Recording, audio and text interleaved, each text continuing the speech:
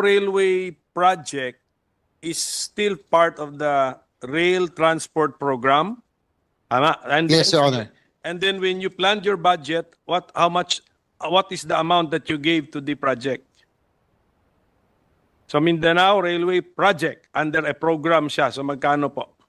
Your Honor, Mr. President, the DOTR is requesting 5.4 billion, Your Honor. So 5.4 billion po yung Mindanao Railway project. Okay. And that is found, if we now examine the committee report, that's in the programmed. Zero po siya lahat. Ito mga idol, mainit-init pa na balita, no? Grabe itong ginagawa ng administrasyon mga idol. Itong railway na project po ni dating PRRD, talagang tinanggalan po nila ng budget para sa year 2025. Nakakaawa po yung mga residente po dito sa Mindanao. Grabe po itong ginagawa po ng administrasyon mga idol. Talagang tinanggal po yung budget para po dito sa Mindanao, itong railway. Grabe. Hindi po nila binigyan ng project yung Mindanao. Kumbaga, yung Visayas lang po ang nilagyan ng budget kasi alam naman nila na marami doon sa Visayas din na baka kaalyado po nila. Dito kasi sa Mindanao, medyo nahihirapan sila dito kasi sobrang lakas po ng simpatya ng mga tao dito sa mga Duterte. Talagang halatang-halata po yung ginagawa ng administrasyon na gusto talaga nilang pahirapan yung mga tao dito sa Mindanao. Kaya ito mga idol pakinggan po natin itong salaysay po ni Coco Pimentel kung bakit po nagkaroon po ng zero budget po dito sa Mindanao ngayong darating na 2025. Ito mga idol, tignan po natin yung salaysay po ni Pimentel. Ayan po mga idol, no? Si Secretary naman, you have people there with institutional memory. Tama ba yung facts ko? Yung Project Management Office ng Mindanao Railway, before Duterte administration, 2 tao. Tama? Ngayon, 3 tao. Facts yan. In between, during the Duterte administration, lumaki yan. Of course, dahil naging flagship project yan eh. And then it's that easily abandoned. Your Honor, Mr. President, because as you are correct, no, that during the Duterte administration, it was tama kayo na-announce na talagang Mindanao Railway project will be a flagship project, no, of yung ano nga ba yun, yung flagship project nila ng Duterte administration, yung kanyang infrastructure. Bagong Tudigos naman. That's the first phase, Your Honor, Mr. President. Before the Duterte administration, yung Project Management Office sa 2 tao, ano yun, Iligan to Cagayan de Oro yun. Ang focus nun. Oh. Yes, Your Honor. But unfortunately, when at the onset of the new administration, we withdrew the loan application because hindi po nagkasundo with the Exim Bank ba, no? DOF and China Exim Bank had a disagreement. So we withdrew the loan application.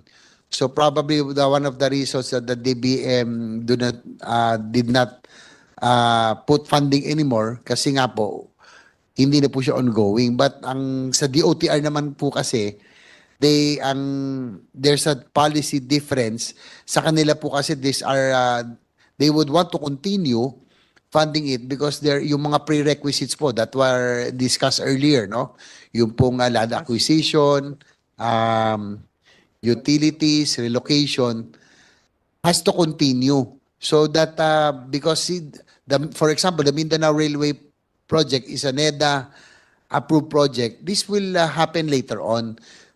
But we're hoping that the DOTR is hoping that the Mindanao Railway project will still be funded para po yung mga prerequisites will be taken care of so that when the project commences in the future, at least po hindi na maulit yung mga same mistakes that we are encountering now with the NSCR and the Metro Manila Subway project. Okay, so the System, yeah. Mindanao Railway project is still part of the rail transport program.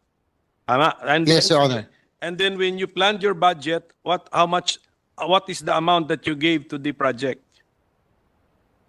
So Mindanao Railway project under a program siya. So magkano po? Your Honor, Mr. President, the DOTR is requesting 5.4 billion, Your Honor. So 5.4 billion po yung Mindanao Railway project. Okay. And that is found, if we now examine the committee report, that's in the programmed. Zero po siya lahat. It's not in the NEP, it's not in the GAB. So it's zero, Your Honor, Mr. President. So But they requested. nasa budget request nyo. Okay, wala sa NEP. Okay. Apo. So kaya nga, kunyari, okay. So that we will understand. Therefore, what does that mean, Secretary? That if an administration gives it a zero budget, is the project abandoned? Not necessarily. It's on hold, Your Honor, Mr. President. On hold, okay. Because it's the Okay. NEDA approved project, so But definitely, we have incurred expenses pursuant to that project. So pwede nating, yung mga ganyan, yung mga projects on hold, siguro si Senator Joel Villanueva will have to also track the expenses for projects on hold. Idagdag yun sa commitment fees. Sige, can we have an example? Example na lang natin. Yung Mindanao Railway Project, how much have we spent for it so far? Kahit yung Tagum to Digos lang, yung portion na yon. Example lang para malaman ng ating mga kababayan. while they are looking for the total figures, Your Honor, yung pong Mindanao Railway System Project, yung pong Phase 1, yung pong Tagum to Digos, they have already spent some funds already for the right-of-way acquisition, Yes, acquisition of land. Yeah. They have downloaded some funds to the LGUs, no? For the land acquisition, right? Also yung relocation, among others, no? So ang problema ho ngayon because of sa 2024, Yes, hindi na ho nilagyan, tatlo na lang po yung pong personnel in Mindanao Railway, yung monitoring will be a challenge. Your Honor. That's why in-examplean po natin now how wasteful we are with our money. But this is yung hindi naman ito inumpisahan sa time ni Secretary, but pinapakita lang po natin yung sistema natin sa gobyerno kasi pera naman ng taong bayan yan eh. So ilan po 'yon? Magkano po 'yon? Sample lang, example. Applyan natin. Your Honor, according to DOTR, they have spent about 5.5 billion downloaded to LGUs for land acquisition for the right of way of ito yung first phase pa lang. Yes, yes. Tagum to Digos yun. Tama naman yun. Tama naman. Mabuti nga you're being very open and transparent about it. Siyempre, 5.5 billion pesos na for a project na tawagin na lang natin, let's use your technical terminology, on hold. May we know how yes. Check something. Yes. Wala kang mic, sir. Yes, if you say on hold, ibig sabihin yung project is on hold, depende sa availability ng funds. Am I correct? That is correct, Mr. President, that according to DOTR, additional preparatory works, no, prior to the loan agreement, if ever it pushes through, are not being done because of the lack of funding. In this case, for 2025, Your Honor, Mr. President, yung kanila pong 5.4 billion, yung sa NEP po is zero. So talagang on hold po ito. So paano yun kung wala ng mga funds na darating? So anong magiging nung structure na yun? Magiging white elephant? Kung wala na halimbawa ng pondo dumating, what will happen to the structure? What has been started? Your Honor, Mr. President, that is why one of the reasons that the DOTR is appealing for funds so that the project management office, for example, of the Mindanao Railway System, would continue. Kasi po sa ngayon, if I may give it the figures, yung pong 2021 right of way ang na-release po for Mindanao Railway is 325.7 million. For 2020, 545.6 million that will be used to acquire land that will be used for the right of way of the Mindanao Railway. Ito po yung Tagum to Digos. So may I know what projects are still on hold, if I may? How many projects are still on hold? With the intelligence of the minority leader. That was my next question. Your Honor, mostly the railway projects. No? Ito pong Mindanao Railway System, and we can already also consider South Long Haul.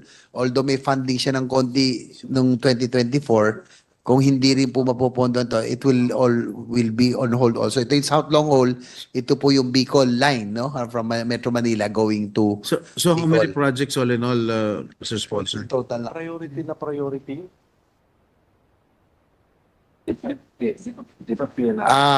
Apat po, Your Honor, Mr. President. Sa tatlong railway,